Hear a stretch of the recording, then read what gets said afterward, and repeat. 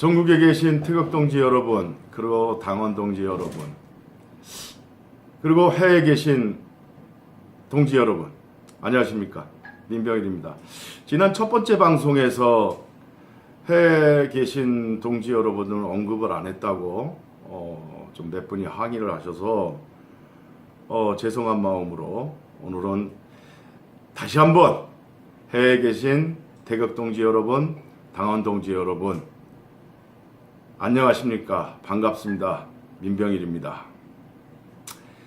자, 첫 방송이 나가고 나서 저희들도 생각하지 못했을 정도로 의외의 폭발적인 호응과 또 많은 분들의 격려가 있으셨습니다.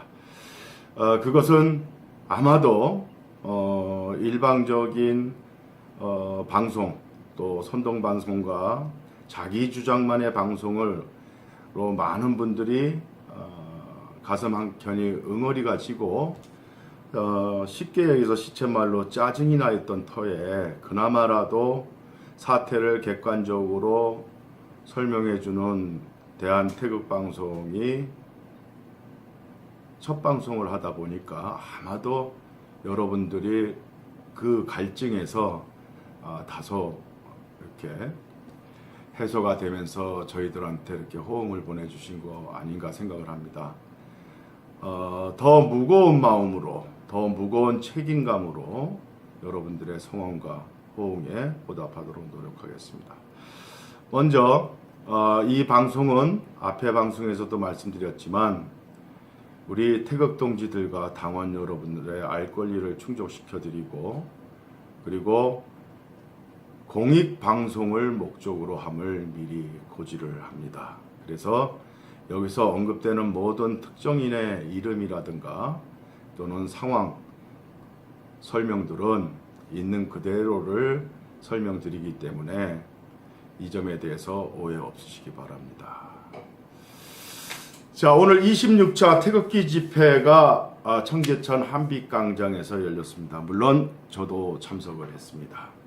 오늘 아쉽게도 아침에는 제가 아침에 일어나서 산책을 할 때는 눈이 온다기보단 눈하고 쌀인 눈하고 막 섞여갖고 뭐 폭설 비슷하게 쏟아지다가 오후 들어서 기온이 좀 올라가게 되니까 비로 바뀌었어요.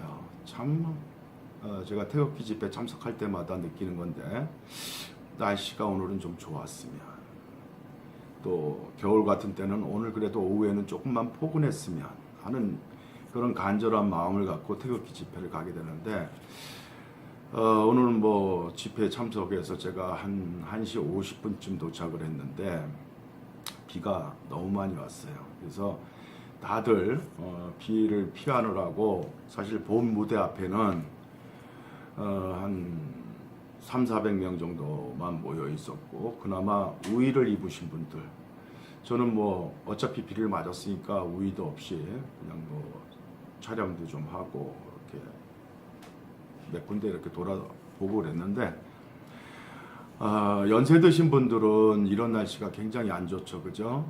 날씨도 좀 쌀쌀한데다 비까지 맞고 그러면 면역력이 좀 떨어지시니까 쉽게 감기도 걸리시고 또 폐렴, 잘못하면 폐렴까지 갈 수 있게 되니까 오늘 아무튼 좀 날씨가 안 좋은 상태에서도 오늘 상당히 많은 분들이 참석을 해주셨고 또 물론 예전같이 그렇게 폭발적으로 늘어난 그런 군중의 모습은 없었다 하더라도 항상 우리 박근혜 대통령을 사랑하고 대한민국의 정체성을 회복을 위해서 애쓰시는 분들은 오늘 거의 다 나오셨다고 봅니다.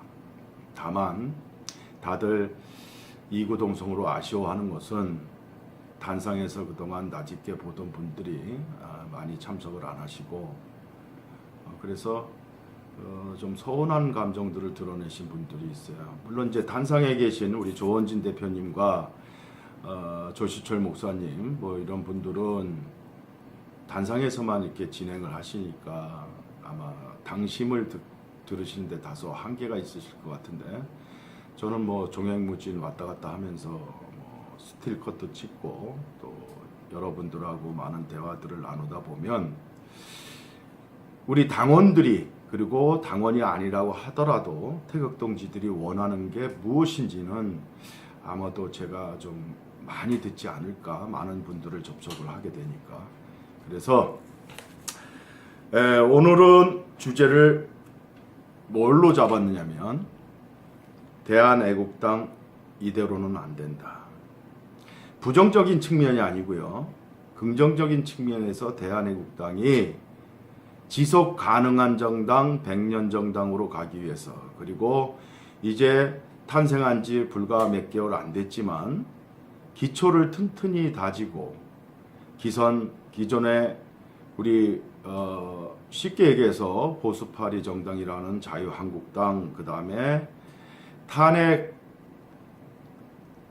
정권, 그러니까 저는 뭐 찬탈 정권이라고 명명을 합니다만 어쨌든 불법적으로 박 대통령의 아무 죄도 없는 박 대통령을 탄핵하고 정권을 탈취한 이 정권들, 거기에 2중대, 3중대 쭉 있는 이 정당들을 모두 국민의 힘으로 심판하고 대한애국당이 제1당으로 우뚝 서기 위해서는 지금과 같은 모습, 지금과 같은 전략 전술로는 절대 그 길을 갈 수가 없다.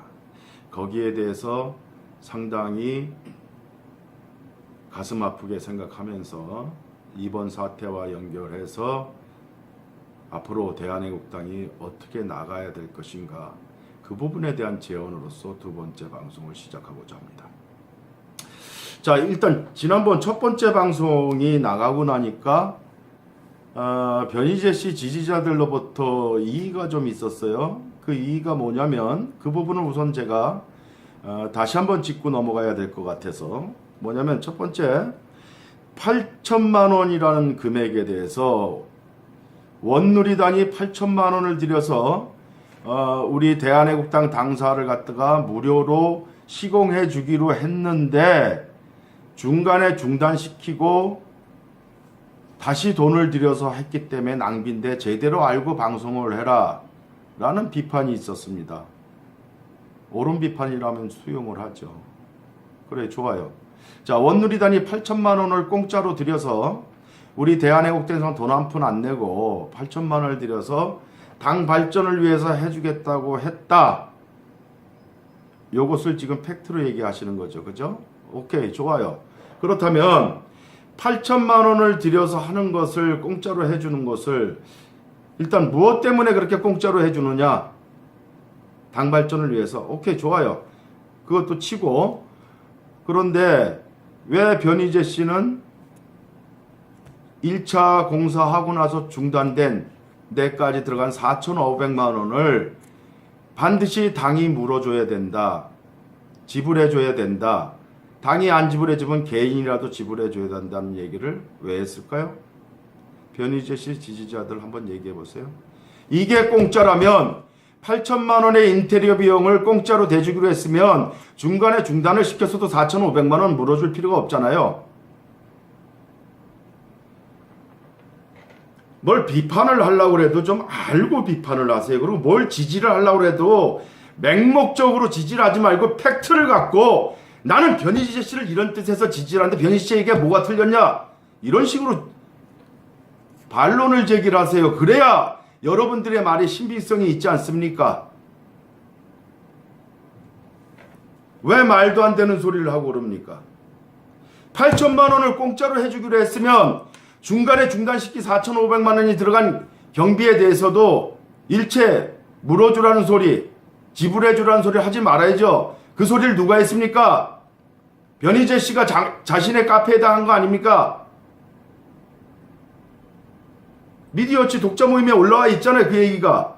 안 해주면 소송에 걸릴 것이고 소송하면 대한애국당이 진다면서요. 8천만 원을 그냥 해주기로 했으면 4,500만 원을 왜 당이 지불을 해줍니까? 제가 1차 방송에서 4,500만 원 주지 말라고 그랬어요? 4,500만 원도 지불해주고 거기서 중단된 상태에서 2,800만 원을 정미영 총장이 들여서 인테리어를 완성을 시켰으니까 총 7,300만 원이 들어간 거다. 그러면 4,500만 원을 지불해주는 조건까지 해서, 그러면 애초에 약정된 8천만 원보다 더 절약된 거 아니냐 700만 원이. 그 얘기가 팩트란 얘기입니다. 그거를 도대체 같은 한국말인데 못 알아듣습니까? 뭐가 8천만 원 공짜로 해준다고 했는데 불필요하게 중단시키고 2,800만 원을 더 들여서 그게 낭비한 거 아니냐. 제대로 알고 방송해라. 제대로 알고 방송하니까 말이죠. 제대로 알고 반론을 하세요. 아셨죠? 그거 일단락 해도 되겠죠? 뭐 더 시비 걸 것 같으면, 더 반론 제기할 것 같으면 정확하게 팩트를 조사해서 밑에다 댓글을 달으세요. 얼마든지 답변해 드리겠습니다. 좋습니다. 오늘 아침에 제가 태극기 집회를 가면서 버스 안에서 팩북을 이렇게 열어보니까 우리 인지연 변호사, 예, 지금 이제 대한애국당 진상조사위원회 간사로 계시죠. 그분이 나중에는 쓸 수가 없을 것 같아서 오늘 쓴다면서 자기가 대한애국당에 입당하고 나서 정미영 총장님이 자기한테 잘해주셨던 점, 그 다음에 변희재 당시 인재영입위원장한테 문자를 보내서 대한애국당 입당해도 되겠느냐 했을 때 오케이 입당해라 해서 와서 보니까 변희재 씨도 굉장히 좋았고 잘해줬고 뭐 이런 얘기를 하면서 다 사랑하고 다 아꼈으면 좋겠다는 글을 오늘 팩북에 올렸어요. 그건 뭐 개인이 자신의 팩북 계정에다 올린 거니까 무엇을 올리든지 간에 시비거리는 아닙니다. 그리고 그걸 뭐라고 할 수는 없어요. 그리고 우리는 그거 다 존중합니다. 그죠? 문제는 뭐냐면 이분이 지금 맡고 있는 역할이 뭐냐면 진상조사위원회 간사예요. 간사가 뭡니까? 위원장은 예를 들어서 어떤 최종적인 결정을 할 수 있는, 그리고 위원장이 보통은 이제 뭐 회의 주제 같은 거 하거나 활동 조사 같은 거 뭐 지침만 내려주면은 나머지 위원들이 조사해서 그걸 간사가 취합하고 그거에 대해서 최종적인 뭐 결론을 내리고 하는 부분들을 주요한 역할을 하는 사람이 간사입니다. 근데 분명히 조원진 대표께서는 나는 진상조사위원회에 일체 간섭을 안 하겠다. 나중에 최종적인 보고만 받겠다 하면, 그러면 이 위원회를 총괄 지휘하는 사람은 누굽니까? 진상조사위원회를 총괄 지휘하는 사람은 간사란 말이죠. 인지연 간사잖아요. 그러면 인지연 간사는 언행에 대해서 상당히 신중해야 되겠죠. 지금 이 중요한 순간에. 저는 첫 번째 방송에서 분명히 말씀드렸습니다. 지금의 진상조사위원회나 윤리위원회가 뭘 할 수 있겠냐. 각각의 자기 편들을 뭐 이렇게 편이 갈라져서 있는데 거기다가 당내 돌아가는 얘기, 진상위원회 돌아가는 얘기들을 외부로 전달을 해서 자기 지지하는 사람한테 전달을 해서 그 얘기들이 자기 미디어나 아니면 자기 무슨 카페 같은데 마구 올라오는 상황에서 이 진상조사위원회 윤리위원회가 앞으로 무슨 일을 할 수 있을까요? 아무것도 못해요. 나는 왜 이런 지경까지 끌고 오는지를 전혀 당원의 한 사람으로서 이해를 못합니다. 제가 이해를 못하면 많은 분들이 이해를 못해요. 오늘 태극기 집회에서도 저를 뭐 첫방인데도 불구하고 저를 알아보시는 분들이 상당한 분들이 계셨어요. 그분들이 저를 붙잡고 하시는 얘기들이 다 뭐냐면, 또 이렇게 얘기하면 뭐 편파적인 방송을 한다고 그럴까봐 얘기는 안 하겠지만, 이번 사태에 대해서 내용을 가장 정확히 알고 있는 분들이에요. 다 내가 생각했던 부분을 방송에서 시원스럽게 얘기해줘서 고맙다. 진작에 빨리 이 방송이 있었으면 이렇게 당원이나 태극동지들이 갈라지지 않았을 텐데 아쉽다는 얘기들 많이 저한테 토로를 해주셨어요. 저도 더 늦춰서는 안 되겠다고 생각했으니까 아무런 준비가 안 돼 있었어요. 장비도 없어요. 하다못해 조명시설 하나도 없어서 앞에 방송에서는 어두컴컴 해가지고 뭐 댓글에 보니까 뭐 화질도 좀 높이고 우리는 그런 거 없어요. 누가 무슨 나중에 작업하면서 이렇게 실시간으로 생방송을 할 때 밑에다가 자막도 넣어주고 뭐 조명도 쏴주고 또 거기다가 나중에 이렇게 좀 녹화 방송 같으면 좀 뭐 편집도 좀 이쁘게 하고 뭐 이런 거 없어요. 우리 단순하게 지금 휴대폰 카메라 하나 삼각대에다 놓고 방송합니다. 물론 저를 방송을 원활하게 할 수 있게끔 도와주시는 분들이 동지들 3분이 계시지만, 그러니까 우리는 지금 뭐 아무것도 없이 맨주먹으로 시작하는 겁니다. 왜? 일단 급하니까. 지금 화질이 문제냐, 얼굴이 검게 나오는 게 문제냐, 뭐 자잘한 뭐 그러니까 테크닉 같은 게 부족한 게 문제냐, 그건 아니잖아요. 그래서 그런 점들은 여러분들께서 이해를 좀 해주셨으면 좋겠고요. 뭐 제가 바탕이 뭐 그런데 얼굴이 좀 더 환해지고 검해지면 무슨 차이가 있겠습니까? 없지만 이쁘게 봐주시기 바랍니다. 그래서 인지원 진상조사위원회 간사님께서는 물론 특유의 여성분이시니까 감성이 또 그리고 따뜻하시고 마음이 열이 있어서 굉장히 고민이 되실 것입니다. 지금 첨예하게 변희재 쪽, 정미용 쪽 이렇게 붙어 있는데 두 분 다 자기는 소중하고 좋은 분들인데 마음이 아프다는 그 토로인 것 같아요. 그 점에 대해서 저도 이해를 합니다. 그러나 한 개인으로서는 그런 표현을 쓸 수 있을지 모르지만 진상조사위원회 간사로서는 부적절한 표현이었다. 왜?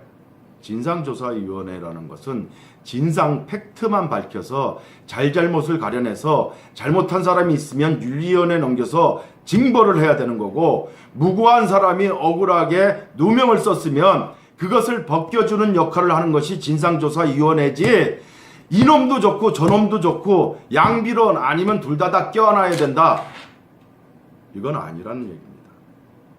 그럴 것 같으면 진상조사위원회가 뭐하러 존재하고 그걸 지금 뭐하러 하고 있습니까? 진상조사가 아니잖아요, 그거는. 오케이, 여기까지 하고요. 자, 오늘 제가 주제를 대한애국당 이대로는 안 된다고 잡았습니다, 제목을. 그러면 우리가 한번 생각을 해봅시다. 대한애국당이 왜 창당이 되었습니까? 당원들의 아무런 호응도 없이 조원진 당대표, 허평한 당대표, 정미영 총장, 변희재 무슨 뭐 인재영입위원장 당시 초기를 말씀드리는 겁니다. 김경애 대변인 모여서 그냥 뭐 저녁 식사 한번 하면서 당 만들자, 그래서 만들어서 지금까지 왔습니까? 우리 여기까지 오면서 같이 해온 우리 당원들은 뭐죠? 액세서리입니까? 태극기 집회 이분들 때문에 다 나왔다고 여러분들 정말 생각하십니까? 많은 동지들이, 이름도 없는 민초들이 여러 사람들을 설득하고 여러 사람들한테 광고하고 박 대통령 살리자고 3355 손을 잡고 나와서 이만큼 폭발적으로 늘었다는 거 생각 안 하십니까? 단상에 계시면 그런 것들이 잘 안 보이실 수는 있습니다. 그렇다고 해서 오늘의 사태를 창당을 같이 한 동지였고 같이 고생했는데 이 사람도 좋고 저 사람도 좋다, 다 같이 가야 된다는 논리라면 결론부터 말씀드립니다. 그러면 대한애국당 폭망입니다. 왜? 밑바닥에, 단상 밑에 있는 단아의 밑바닥에 흐르고 있는 당심을 전혀 읽지 못했어요. 그런 결론이라면 당원들은 뭘 생각하고 있는지를 전혀 생각지 않고 당 지도부의 당대표나 일부가 내가 같이 창당했던 주역들인데 누구를 버리고 누구를 데리고 가고 이럴 수 있느냐.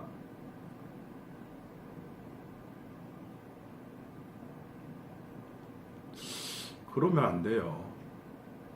지금 사태의 심각성을 너무나 깨닫지 못하는 겁니다. 그러면 그 단상에 계신 분들만 애국당을 사랑하고 애국당 창당의 주역이라고 생각하신다면 큰 오산입니다. 지금 이 방송을 왜 하게 됐는지, 그리고 저 자신부터가 왜 이런 말을 하게 됐는지 대한애국당의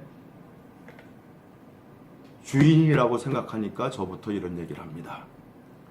대한애국당을 사랑하니까 이 말씀을 지금 드리는 거고요. 대한애국당을 아끼니까 대한애국당을 허물고 흔드는 자를 그냥 놔둬서는 안 된다고 저는 말씀을 드리는 겁니다. 그런데 당원들의 민심을 어기고 무시하고 다시 한번 지금 헛된 시간들을 보낸다면 대한애국당은 처음이자 마지막 황골탈퇴할 수 있는 중요한 기회를 놓쳐버린다. 그래서 원래 이 방송을 다음 주 화요일 날 두 번째 방송을 할 예정이었습니다. 그러나 태극기 집회를 마치고 와서 제가 부랴부랴 이 부분을 녹화 방송으로 뜨는 이유는 오늘 나가보니까 너무 민심하고 동떨어져 있다. 그래서 대한애국당 앞으로 어떻게 해야 될 것이냐. 지금 이대로는 안 된다면 뭔가 또 방향 제시가 있어야 될 거 아닙니까? 그죠? 그 부분을 여러분들하고 오늘 심도 있게 논의해보고자 합니다. 자, 대한애국당이 왜 창당되었는가라고 하면 조금 이제 뒤로 건너가야죠. 그죠? 뒤로 건너가서 우리가 박 대통령 탄핵 심판을 앞두고 있었던 금년도 3월 10일 이전으로 돌아가면 3.1절 날 태극기 집회가 동아면세점 앞에서 열렸을 때가 제일 많았었죠. 폭발적으로. 자, 저쪽 남대문 있는 쪽하고 종로통 있는 쪽하고를 다 꽉 메워서 집회 측 추산으로 500만 명이 모였습니다. 왜? 3월 10일 날 헌재에 판결이 나오니까 이때 우리의 최대한 세를 보이고 국민들의 뜻을 전달해서 탄핵이 각하되든 탄핵이 기각이 되든 거기에 우리가 온통 힘을 모았을 때 그날도 비가 부슬부슬 오고 날씨는 안 좋았어요. 그런데도 500만 명이 집결을 했어요. 그때까지 어느 누구도 탄핵 각하나 탄핵 기각이 아닌 이정미 같은 이 쓰레기 같은 년이 있지도 않은 용어로 파면이란 용어로 선언을 할 줄은 우린 꿈에도 몰랐단 말이에요. 불과 이제 10일 후에 일어나는 사건입니다. 아마도 그날 선거가 있던 날 우리는 그냥 머리 손질하다 실수라고 했는지 모르지만 헤어롤 2개를 머리에 꽂고 나왔을 때 이것이 신호가 아니었냐. 우리는 오늘 파면으로 선거한다라는 신호 아니었냐는 의구심을 저는 갖습니다. 왜? 요즘 보면 중고등학생들 앞에다 헤어롤 하나 이렇게 말고 다니는 애들이 있어요. 그런데 나이 50이나 가까이 된 이정미 헌재 소장 대행이 아침에 아무리 바빠도 그걸 실수로 2개를 헤어롤을 여기다 달고 나왔을까요? 모종의 세력들하고의 서로 신호를 주고받은 거 아니냐. 오늘 판결 니들 원하는 대로 간다. 걱정하지 마라. 아무튼 그 앞에도 신호가 있었잖아요. 그죠? 무슨 신호? 김무성 씨가 그랬죠? 이번에 반드시 박 대통령은 탄핵 인용된다. 탄핵된다. 만약에 탄핵 인용이 안 되면 자기 바른정당하고 자기하고 몽땅 의원직 사퇴하겠다. 사전에 뭔가 이렇게 소스를 듣지 않은 다음에는 이런 자신 있는 말을 할 수 없죠. 거기에 대고 또 뒤에 한마디 덧붙였죠. 박 대통령은 비참한 최후를 맞이할 것이다. 지금 김무성 씨 얘기한 대로 다 되고 있어요. 자, 탄핵이 인용됐고 그 뒤에 구속수사가 돼서 지금 구치소에 계십니다. 비참한 최후. 자, 이만큼 더 비참한 게 어디 있어요? 김무성 씨가 예언가입니다. 김무성 씨가 무당입니다.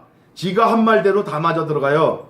그럼 이게 본인이 진짜 예언가고 무당이어서 이 말대로 지금 진행이 되는 겁니까? 아니잖아요. 박지원 씨가 얘기했죠. 탄핵의 1등 공신은 김무성이고 자기는 2등 공신이다. 이미 국회 산책로 이런 데서 이 사건이 터지기 전에, 탄핵이란 거 최순실 사건이 터지기 전에 박지원 씨하고 김무성 씨하고 아주 은밀한 대화를 나눈 것들이 기자들 카메라에 몇 번 포착이 된 적이 있습니다.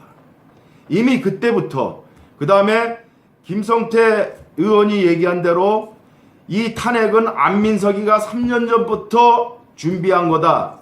그러면 오래전부터 준비해서 자기들 각본대로 시나리오 만들어서 가고 있는 걸 이미 김무성이도 알고 이 탄핵에 협조해서 이 배신자들 같이 협조해서 일어난 일 아닙니까? 같이 공작을 한 거 아닙니까? 그러니까 결말까지를 다 아는 거예요. 우리는 몰랐어요. 우리는 순진했으니까 500만이 모여서 탄핵 기각을 부르짖으면 헌재가 그거를 민심을 제대로 읽고 각하 내지는 기각을 시켜줄 것으로 우리는 알았단 말이죠. 이게 태극민들의 순진한 마음이었어요. 결과는 어떻게 됐습니까? 김무성이가 얘기한 대로 인용이라는 용어도 없었고 그냥 무조건 파면, 이게 임명직 주제에 어디 선출직 51.6%의 국민들의 지지로 탄생한 박근혜 대통령을 지가 뭔데 파면을 시켜요. 그리고 구속수사, 구치소 수감, 비참한 체육 다 맞아떨어졌단 말이에요. 각본 없이 될 수 있는 일입니까? 그때 우리가 뭘 느꼈죠? 절망. 우리가 아무리 길거리로 수백만이 태극기를 들고 쏟아져 나와도 우리 힘으로 될 수 있는 게 아무것도 없고, 우리가 총칼을 들지 않는 한, 정변을 일으키지 않는 한 이미 자경화돼 구석구석이 다 입법, 사법, 행정부까지를 다 장악한 저들을 우리가 어떻게 이기느냐. 정당에서도 우리의 민의를 대변해줄 정당이 하나도 없다. 집권당조차도 우리를 배신했다. 민주를 배신하고 우리가 뽑아준 대통령을 탄핵시키는데 동조를 했다. 우리의 한계, 우리의 힘의 한계, 우리는 절망했고 울었고 분통을 터뜨렸다는 겁니다. 그래서 우리도 정당에 우리를 지지해 줄 수 있는 정당이 하나 정도는 있어야 되겠다. 그래서 뉴 새누리당을 만들었잖아요. 그런데 5월 9일 5구 대선을 거치면서 이 새누리당 지도부가 우리를 배신을 합니다. 아니 어떻게 가만히 있는 삼선 의원 조원진 의원을 후보로 출마하라고 영입을 해서 한참 대선 후보로서 유세 활동을 하고 있는데, 한편에 뒤에 가서 야야야야 이대로는 안 되니까 홍준표 찍어 문자 날리고, 당 공동대표라는 권영애 대표가 자유한국당이 만들어준 유세 현장에 가서 홍준표 지지 발언, 대선 유세 기간인데 그걸 지지를 하고 있고, 조원진은 안 된다는 소리는 하고 있고, 그래도 우리는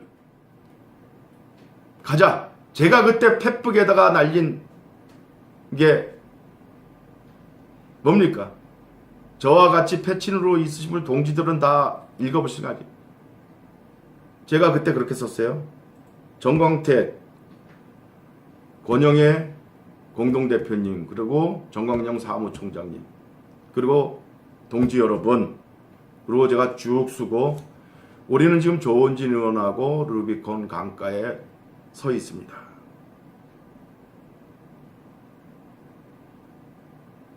이러한 이유로 우리는 이 강을 건너갈 수밖에 없다. 끝까지 완주하겠다는 얘기죠. 마지막에 제가 가자 동지들 주사위는 던져졌다. 그래서 건너갔던 인원이 43,000명입니다. 43,000명의 대군이 일단 루비콘 강을 건너서 마지막까지 조원진 의원을 찍었어요. 그 많던 사람들 조원진 의원을 지지하고 당시 새누리당을 지지하고 탕기국을 지지하던 많은 사람들이 심정적으로는 조원진 의원을 지지하나 그러나 현실은 당선 가능성이 높은 홍준표를 지지할 수밖에 없다. 그래서 후원금은 새누리당에다 내고 대신 표는 홍준표를 찍겠다고 그쪽으로 휘 휩쓸려 갔어요. 대선 직전 홍준표의 지지율이 17%였습니다. 대선 끝나고 나서 개표를 한 결과 홍준표 24% 나왔어요. 그러면 17%에서 7%가 늘어났죠. 이 7%는 누구 표냐? 이게 원래 조원진 의원을 지지하던 표가 홍준표를 지지하러 간 겁니다. 왜? 좌파 정권이 들어서는 문재인이 들어서서는 안 된다. 미우나 고우나 홍준표가 좋은 게 아니라 당선 가능성이 그래도 홍준표가 높으니 홍준표 찍으러 간 겁니다. 그래도 마지막까지 그런 논리에 속지 않고 끝까지 옹골차게 의리를 지키고 남아있던 인원이 43,000명이 조원진을 찍었어요.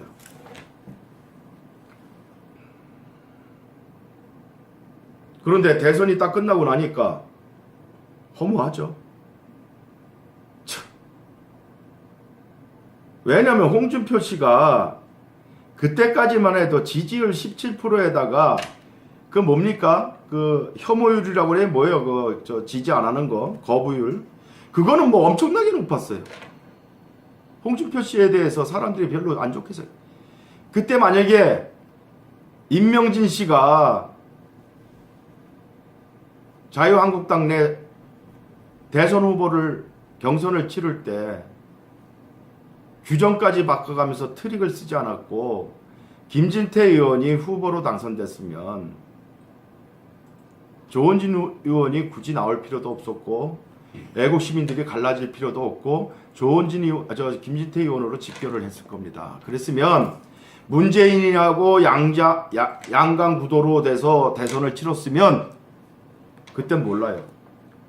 그때는 보수 우파가 총 집결을 했을 거니까.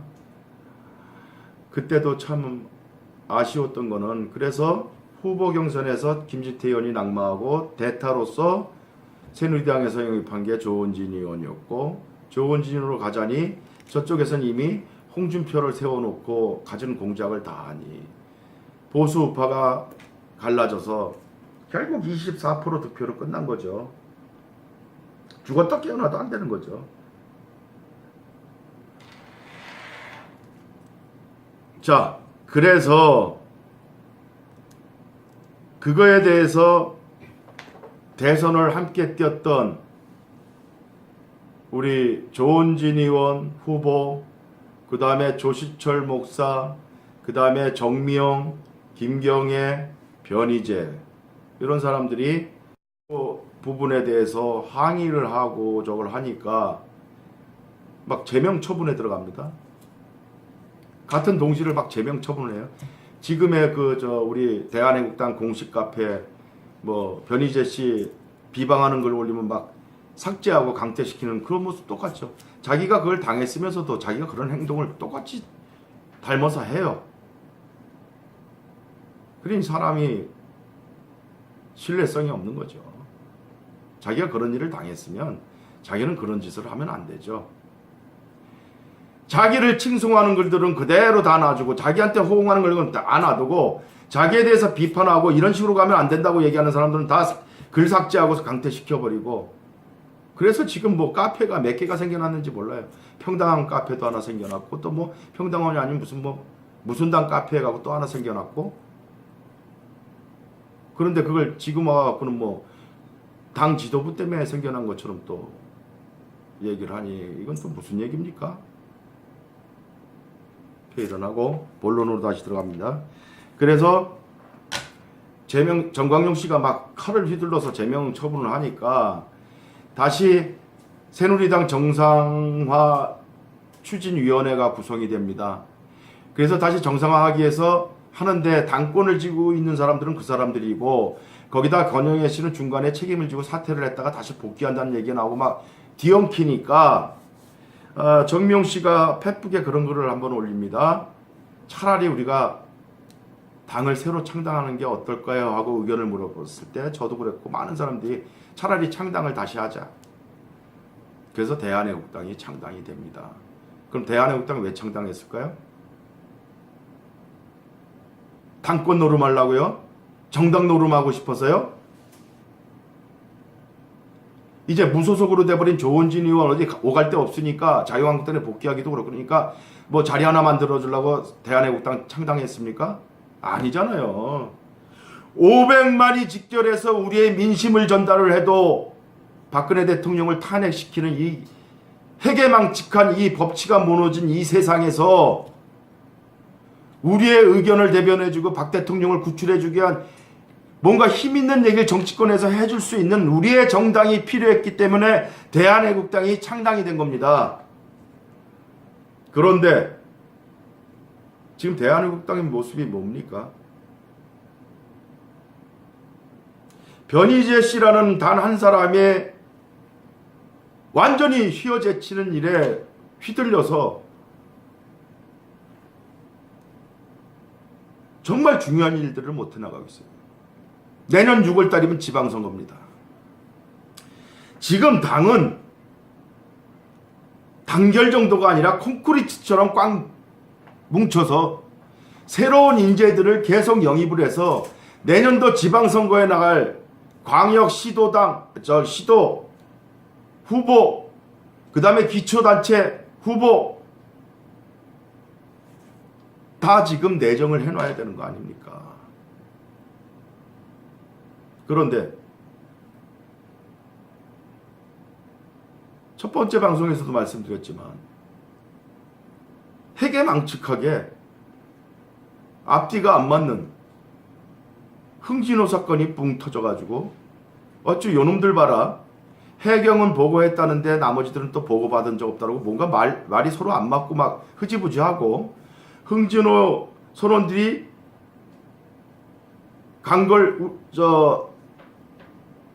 NLL을 넘어서 납북된 것을 우리 정부는 발표도 안 했는데 북한의 발표를 보고 국방부 장관도 알았다. 해군 참모총장도 알았다. 우리의 정보력이 그것밖에 안 됩니까? 말도 안 되는 소리죠. 왜냐하면 배가 출항을 할 때 해경한테 신고를 하고 특히 NLL 근처 조업은 해군과 해경이 이중 감시 속에서 합니다. 그리고 수시로 교신을 해서 위치 보고를 해야 되고 월선하면 안 되니까. 그런데 넘어간 건 일주일 동안 몰랐다가 북한이 돌려보낸다 발표하니까 알았다. 지나가는 소가 웃는 얘기죠. 더 웃기는 건 말이죠. 그걸 주무장관들이 아무도 몰랐고요. 돌아올 때 어떻게 돌아왔어요? 이 선원들이 전부 다 마스크 쓰고 돌아왔어요. 예전에 납북된 어부들이 다 자기 얼굴 가리고 왔습니까? 아니죠. 돌아오는 날 그 부두에 가족들이 완전히 모여 있다가 막 얼싸안고 또 취재진들은 그 장면들 전부 찍느라고 난리였잖아요. 그리고 기자회견 하면서 뭐 이렇게 다 그 북한에 가서 뭐 무슨 취조를 받았고 어떻게 대우를 받고 이걸 다 얘기를 하는데 그런 과정이 하나도 없어요. 그래놓고 엉뚱하게 나중에 그걸 의심을 하니까 엉뚱하게 옛날에 다른 납북됐다가 귀환해서 찍은 사진을 갖다가 덕하니 가족들하고 상봉한 것처럼 올려놓습니다. 이게 지금 우리나라 현실이에요. 언론들이 이 지경을 하고 있어요. 이걸 누가 할까요? 언론 노조가 국민들이 의심하니까 요 사진 하나 각 언론사마다 이거 통일해서 올려. 누구 하나 여기에 대해서 이의하는 사람이 없어요. 이 일을 자유한국당이 합니까? 대한애국당이 합니까? 김진태 의원 하나 자유한국당에서 오직 분투하고 있고 그럼 이거 대한애국당이 이 부분을 이슈화해서 짚고 넘어가야 될 부분입니다. 그것도 아주 크게 그거 못했어요. 또 하나 자유한국당이 끝내 박 대통령을 갖다가 홍준표가 출당을 결행을 합니다. 우리 태극기 집회할 때 이틀 후에 태극기 집회하는데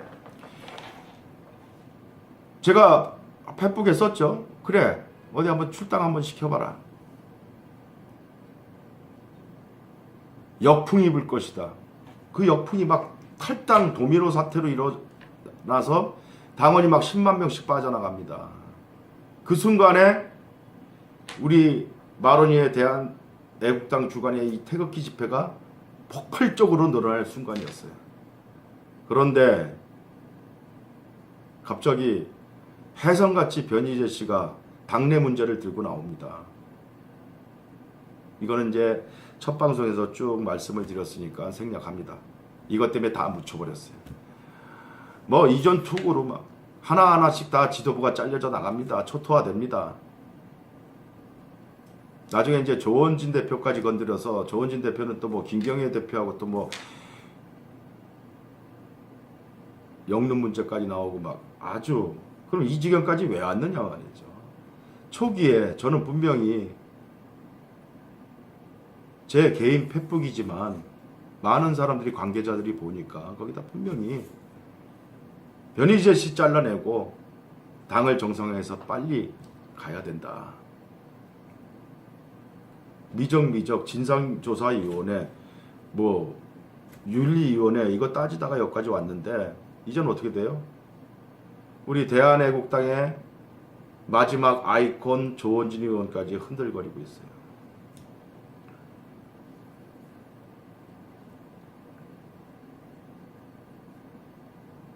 저는 읍참마속의 심정으로 이 문제를 빨리 끝내라고 그랬습니다. 그런데 여기까지 오는 동안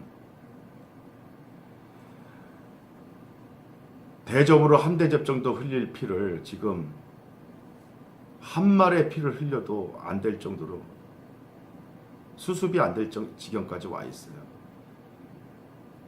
우리 진상조사위원회 인지연 간사님 잘 들으세요. 그리고 당 현재 남아있는 지도부들도 잘 들으세요. 이미 이 문제는 서로 건너서는 안 될 강을 건너버렸어요. 이미 개인 간 소송까지 진행이 되는 상황입니다. 이게 봉합이 될 것 같습니까? 합쳐질 수 있을 것 같습니까? 건드려서는 안 될 마지노선들을 다 건드려서 다 무너뜨려 놨는데 이게 하나로 합쳐져서 화합이 될 것 같습니까? 만약에 그런 생각을 한다면 정말 사태 파악을 못하고 있는 거고 민심을 몰라도 정말 너무 모른다. 이대로 가면 태극기 집회, 대한애국당 모두 다 절단나고 끝납니다.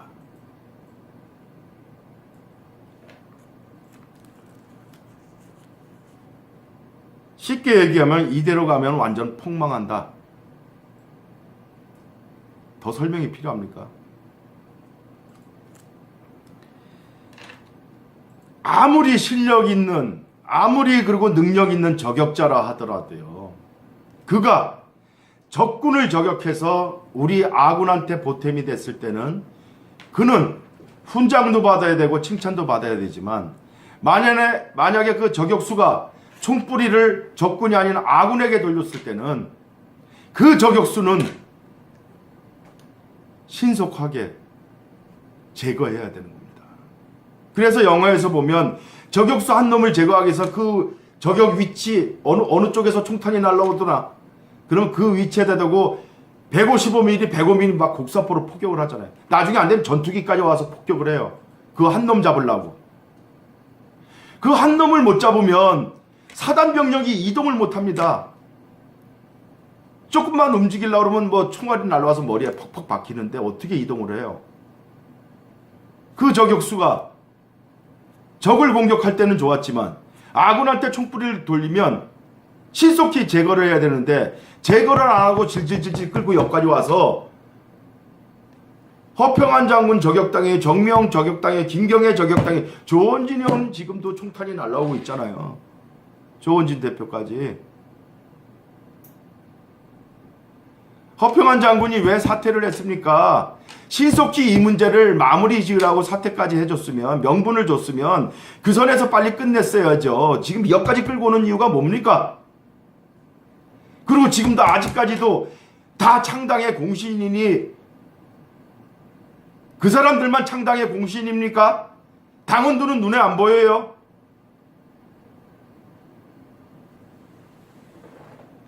끈그 맺음이 분명해야 뭔가 당이 다시 일어서든 제자리를 찾아가든 할 건데, 끈그 맺음이 없이 이렇게 우유부단하게 나가면 민심은 다 흐트러진다는 겁니다. 얼마나 더 망가지고 나서야 정신들을 차립니까?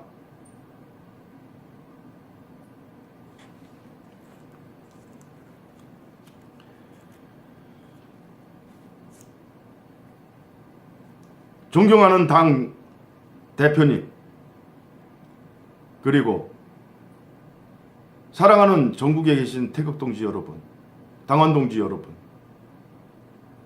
우리가 정말로 당을 사랑하고 아낀다면 시시하고 넘어가야 될 구간이 있고, 이미 고름이 터져가지고 막 질질질질 피고름이 흐르고 있는데 이걸 붕대로 싹 감는다고 문제가 해결되는 거 아니지 않습니까? 이젠 늦었어요. 처음에 조금 종기가 발생할 것처럼 빨갛게 달아오를 때 항생제라도 하나를 먹으면 주저앉지만, 우리 대한애국당이 바로 그 시점이었습니다. 항생제 하나 빨리 먹어서 이걸 가라앉혔어야 되는데, 이러다가 점점 커지고 나중에 그 고통에 서로 신음하고 그러다 이제 피고름이 막 밖으로 터져 나옵니다. 지금이라도 어떻게 이 뿌리를, 피고름에 이 악성 종기의 근원을 파내야죠. 붕대 감아놓으면 또 낫습니까 이게?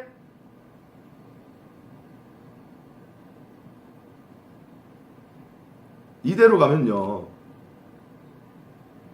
대한애국당 점점 외형이 줄어듭니다. 우리가 지금 해야 될 일은 말입니다, 대한애국당이 외연을 확장시키고 커나가는데 방해가 되는 존재들은 빨리 쳐내야 되는 겁니다. 그래서 새로운 인재들도 영입하고, 그래야 지방선거 총선을 다 대비를 할 거 아닙니까?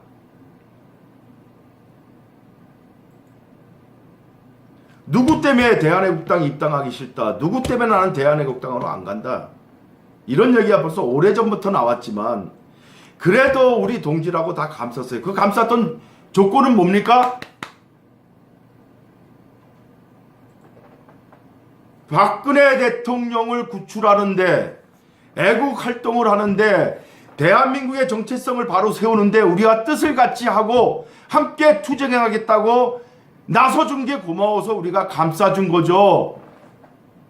좋아서 감싸줬어요? 뭘 아직도 감싸고 뭘 아직도 뭐 같이 가야 될 창당 동지입니까? 이미 배신에 배신을 해서 당을 이렇게 망가뜨렸고 태극기 집회를 꾸겨놨는데 이 동지들이 받은 마음의 상처는 하나도 생각 안 합니까? 대한애국당 지도부는 변이제 하나 떼내는 게 아프고, 동지들이 떨어져 나가는 것은, 당원들이 떨어져 나가는 것은, 그들이 받은 상처와 불멸의 밤과 그들이 마신 소주는 그 아픔을 생각 안 합니까? 소탐 대신할 겁니까? 대를 위해선 소를 희생해야죠. 왜 소를 붙잡고 대를 희생하게 만듭니까?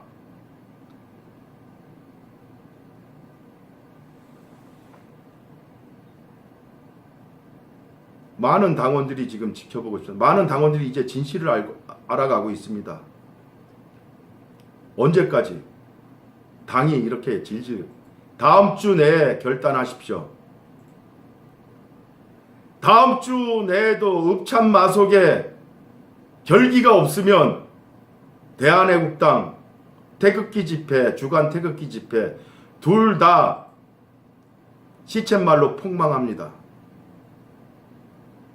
마지막 경고입니다. 당원들의 민심을 엎드려서 받으십시오. 더 이상 단상에 계신 분들의 사고만 가지고, 그 생각만 가지고, 그 잣대만 가지고 판단하지 마십시오. 당원들이 돌아서고 태극동지들이 돌아서면 나중에 다시 그들을 부르기에는 앞으로 몇 년의 시간이 더 흘러갈지 모릅니다. 한 번 잃어버린 신뢰는 회복하는데 얼마나 힘든지 아십니까? 나치의 선동대장 괴벨스가 그런 말을 했죠. 선동하는 데는 단 10분이면 끝날지 모르지만 그 선동이 잘못됐다는 걸 입증하려면 몇 달, 몇 년이 걸린다. 대한애국당이 선동이 통하는 당이라면, 그로 인해서 아끼던 인재들을 함부로 쳐내는 당이라면 이 당에 무슨 희망이 있겠습니까? 이 당이 다시 추스리고 당원들로부터, 태극동지들로부터 신뢰를 얻고 우렁차게 다시 전진해 가려면 허평한 장군, 정미용 씨, 김경애 씨 모두 원상복귀시키십시오. 잘못된 부분은 도려내되 그 잘못된 선동에 의해서 망가졌던 부분은 원상 회복해야 제대로 굴러갈 거 아닙니까? 양비론 하지 마십시오. 진상조사위원회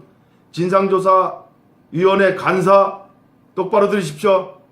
양비론 따지지 마십시오. 가장 비겁한 겁니다. 자신들의 책임을 회피하는 진상은 이미 나와 있지 않습니까?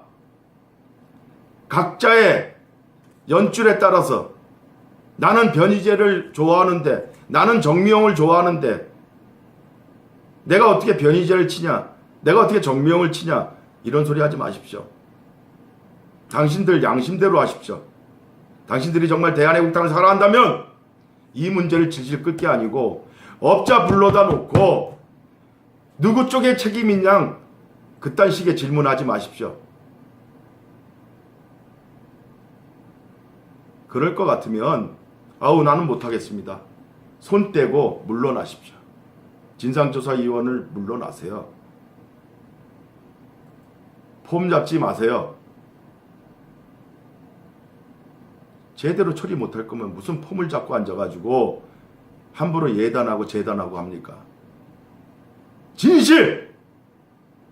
우리가 선동으로 잠시 잠깐 진실을 외면하고 박 대통령을 잃어버린 것처럼 우리 대한애국당도 허평한, 정미용, 김경애라는 인재를 선동에 의해서 잃어버리는 우가 다시 발생을 해서는 안 된다는 겁니다. 이게 당원들의 민심입니다. 이 민심을 받들지 않으면 대한애국당과 대한애국당 주간의 태극기 집회는 반드시 폭망한다. 이게 민심임을 전해드립니다. 신속한 결단이 다음 주 내로 있기를 당원들 입장에서 저도 당원의 한 사람으로서 감히 소망해 봅니다. 감사합니다.